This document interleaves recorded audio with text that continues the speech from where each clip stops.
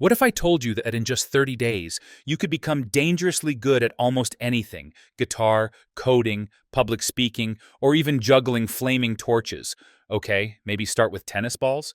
No, this isn't a trick or some get smart quick scheme. It's about learning strategically, leveraging how your brain actually works to unlock new skills faster than you thought possible. And it all starts with a decision, a bit of structure, and a willingness to suck a little in the beginning, because that's totally part of the plan. Let's dive into a 5-step system that will help you learn any skill more effectively, with less overwhelm and more "wow, I actually did that" moments. We'll mix in some stories, metaphors, and practical tools you can try right after reading. Step 1. Pick the skill. Define the destination. Imagine you're planning a trip. You wouldn't just pack a bag, head to the airport, and say, "Take me anywhere," right? Learning a new skill works the same way. You need a clear destination. Not just, "I want to learn guitar," but "I want to be able to play and sing 'Let It Be' at my friend's birthday party in 30 days. Boom. Now that's a mission. The more specific you are, the better your brain can work for you. Vague goals are like foggy GPS coordinates. You'll wander and second guess. But crystal clear targets? That's when the magic starts. Try asking yourself, what does success look like? Can I define a measurable outcome? Would I recognize this skill if someone else performed it? If you can't measure it, you can't improve it. Peter Drucker. Examples. Instead of, "I want to get better at public speaking," try, "I want to confidently deliver a 5-minute presentation at work without reading from slides." Instead of, "I want to learn drawing," try, "I want to sketch a realistic human face with correct proportions by the end of the month." Once the skill and performance level are defined, you've given your brain a target to aim at, and it loves targets. Step 2. Deconstruct the skill. Here's a little secret. Most skills are composite, made of smaller sub-skills.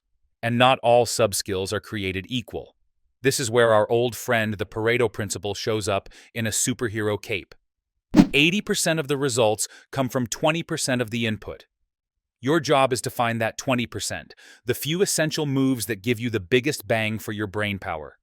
Let's break it down. Want to learn guitar? Focus on the 4 magic chords: C, G, M, D. With just those, you can play dozens of hit songs. Toss in a simple strumming pattern, and suddenly you're the star around the campfire. Interested in machine learning? Don't start with quantum AI or obscure math. Begin with linear regression, classification algorithms, and basic data cleaning.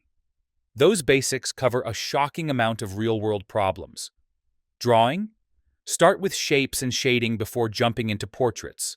The eyes may be the windows to the soul, but start by sketching some apples. Mini checklist for Step 2. Break the skill into parts. Identify which sub-skills matter most. Practice those first. Pro tip: ask, what part of this skill will make me look competent fast? It builds confidence and momentum early. Step 3. Practice daily, even just 30 minutes. Here's a dirty little secret. The brain loves consistency more than intensity. Imagine someone who works out for 4 hours once a month versus someone who works out 30 minutes a day. Who's getting stronger? Same with skills. You don't need 10 hours a day. You just need a ritual, a little window of time, each day, where you put on your metaphorical lab coat and enter the skill lab. Try this. 30 minutes a day for 30 days equals 15 hours of focused practice. That's enough to get past beginner awkwardness and start feeling real competence. Anything worth doing is worth doing poorly at first. Ray Congdon. Want to build the habit? Try habit stacking. This comes from Atomic Habits by James Clear. The idea is to anchor your new learning habit to an existing one. Like, after I make my morning coffee, I practice Spanish for 10 minutes. After brushing my teeth at night, I review one guitar chord. Before lunch, I write 100 words for my writing project. Small habits compound, and 30 minutes a day builds up faster than you think. Your future self will high-five you. Step 4. Create fast feedback loops. Let's say you're learning how to bake bread. You follow a recipe, you put it in the oven, and it comes out like a brick. If you wait until the next holiday season to try again, you won't improve. But if you bake bread every Saturday and tweak the salt, the kneading time, or the proofing, you'll get better fast. That's called a feedback loop. Action, result, adjustment, better action, improved result. In learning, feedback is your compass. Without it, you're wandering blind. Try these fast feedback methods. Record yourself. Playing guitar, speaking English, pitching a business idea. Record and review. Test yourself. Flashcards, quizzes. Get a coach mentor. They can instantly point out blind spots and give you targeted advice. Track metrics. Want to type faster? Measure your WPM. Want to do better on exams? Monitor your mock test scores. Without feedback, we don't learn. We guess. Imagine shooting arrows in the dark. Feedback turns on the light. Step 5. Don't quit during the dip. Ah yes, the dip.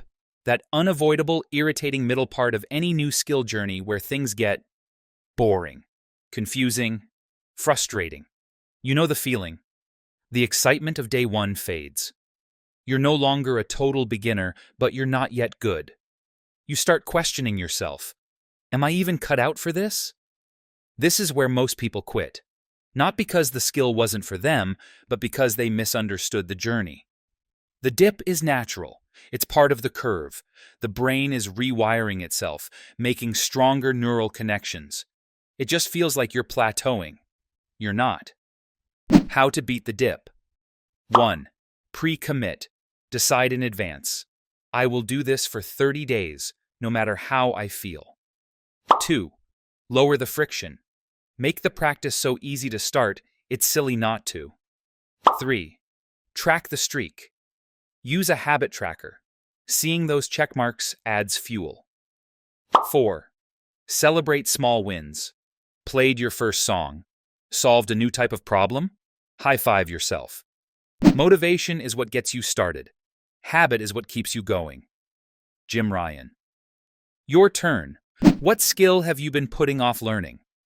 That language you always wanted to speak? That instrument gathering dust? That app idea in your head you never built? Define your goal. Break it down. Set your 30-day timer. Get feedback. Push through the dip. And remember, you don't have to be perfect, you just have to show up. Start small, stay consistent, and let the learning magic happen.